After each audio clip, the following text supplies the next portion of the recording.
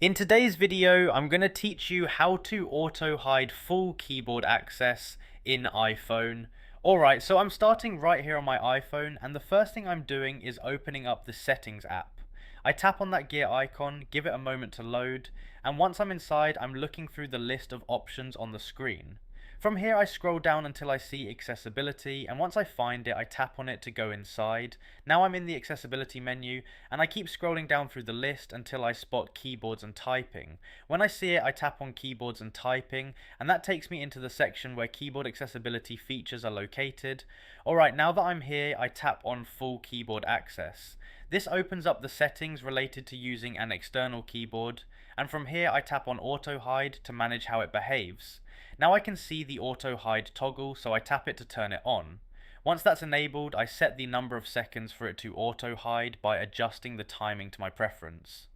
The changes apply immediately, so I take a second to make sure it's set the way I want. After that I pause briefly just to confirm everything looks right, and then I begin backing out through the menus step by step, heading back toward the main screens. Anytime you want to revisit it, just open settings, go into accessibility, tap keyboards and typing, open full keyboard access, go into auto hide, and adjust the toggle or timing again. And that's all there is to it.